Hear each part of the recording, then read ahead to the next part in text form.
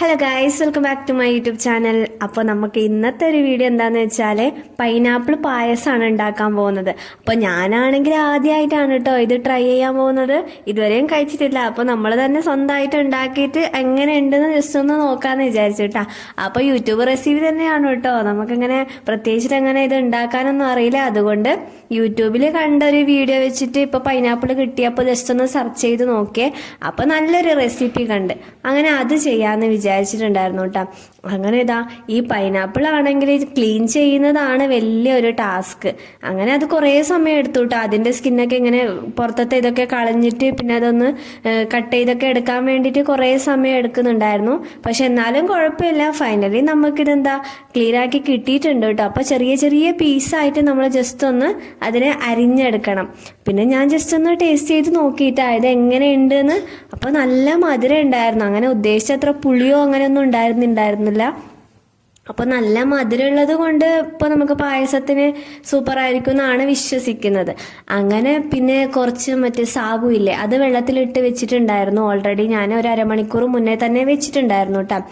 അതൊരു കുറച്ച് നമുക്കൊരു കൈപ്പിടിയിൽ വേണ്ടത്ര നമുക്ക് എടുത്താൽ മതി. പിന്നെ കുറച്ച് തേങ്ങയും കൂടി വേണം. അപ്പോൾ തേങ്ങ ജസ്റ്റ് നമ്മളെന്താ മിക്സിയിലിട്ട് അരച്ച് വെച്ചിട്ടുണ്ട്. പിന്നെ ഇതെന്താ നമ്മൾ കട്ട് ചെയ്ത് വെച്ച ഈ പൈനാപ്പിളില്ലേ, അത് ജസ്റ്റ് ഒന്ന് നെയ്യിലിട്ടിട്ട് നന്നായിട്ട് അതൊന്ന് വേവിച്ചിട്ടെടുക്കണം കേട്ടോ. അപ്പം ഞാനിവിടെ കുറച്ച് നെയ്യ് ഇട്ടിട്ടുണ്ട്.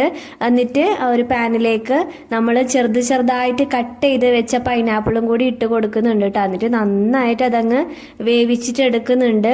അപ്പോൾ കുറച്ച് സമയം എടുക്കും കേട്ടോ ഇത് നന്നായിട്ട് അങ്ങ് വെന്ത് വരാൻ വേണ്ടിയിട്ട്. അപ്പോൾ നന്നായിട്ട് വേവുന്ന വരെ നമ്മളതങ്ങ് ചെയ്ത് കൊടുക്കണം കേട്ടോ. പിന്നെ കുറേ നാളായിട്ടോ വീഡിയോസ് ഒന്നും ഇടാതെ. കുറേ ദിവസങ്ങളായിട്ട് കുറച്ച് ഹെൽത്ത് ഇഷ്യൂസൊക്കെ ഉണ്ടായിരുന്നു. പിന്നെ എവിടേക്ക് പോവാനൊക്കെ ഉണ്ടായിരുന്നു കേട്ടോ. അങ്ങനെ അതുകൊണ്ട് വീഡിയോ ഒന്നും എടുക്കാൻ പറ്റിയില്ല, കുറച്ച് ബിസി ആയിപ്പോയി.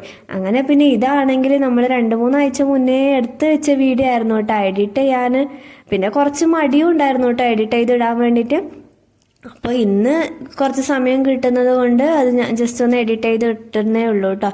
എന്നിട്ട് ഇതാ തേങ്ങാപ്പാൽ ഇവിടെ എടുക്കുന്നുണ്ട്. അപ്പോൾ കുറച്ച് തേങ്ങാപ്പാലും കൂടി നമ്മൾ എടുത്തിട്ട് മാറ്റി വെച്ചിട്ടുണ്ട്. അപ്പോൾ നിങ്ങൾ ട്രൈ ചെയ്യാതെ ഇതുവരെയും പൈനാപ്പിൾ പായസം കഴിക്കാത്ത ആൾക്കാരാണെങ്കിൽ ജസ്റ്റ് ഇതേപോലെ തന്നെ ജസ്റ്റ് ഒന്ന് ചെയ്ത് നോക്കാം കേട്ടോ. വളരെ സിമ്പിളായിട്ടുള്ളൊരു റെസിപ്പിയാണ് കേട്ടോ. അങ്ങനെ നമ്മൾ തേങ്ങാപ്പാൽ വേണം, പിന്നെ പൈനാപ്പിൾ വേണം, പിന്നെ കുറച്ച് ശർക്കര, അത്രയ്ക്ക് മതി നമുക്കിത് ചെയ്യാൻ വേണ്ടിയിട്ട്.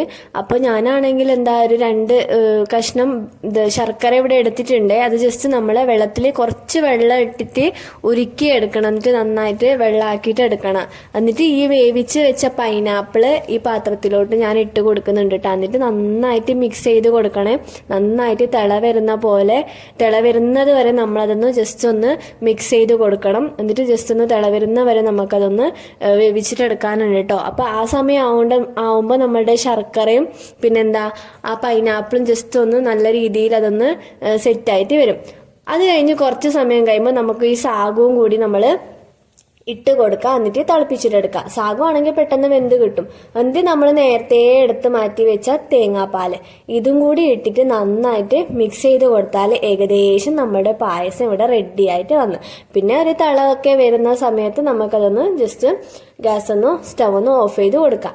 അത്രയേ ഉള്ളൂ കേട്ടോ. പിന്നെ നമുക്ക് വീട്ടിലാണെങ്കിൽ കുറച്ച് നട്ട്സൊക്കെ ഉണ്ടായിട്ടുണ്ടെങ്കിൽ ജസ്റ്റ് നെയ്യിലങ്ങ് വറുത്തിട്ടിട്ട് നമുക്ക് ഇടാവുന്നതേ ഉള്ളൂ. അപ്പോൾ കുറച്ചും കൂടി ടേസ്റ്റ് ഉണ്ടാവും. അപ്പോൾ ഇവിടെ അതൊന്നും ഇല്ലാത്തതുകൊണ്ട് ഉള്ള സാധനത്തിൽ ചെയ്തേ ഉള്ളൂ കേട്ടോ. അപ്പോൾ അത്രയേ ഉള്ളൂ ഗൈസ്. സൂപ്പർ ടേസ്റ്റ് ആയിരുന്നേ. ബൈ.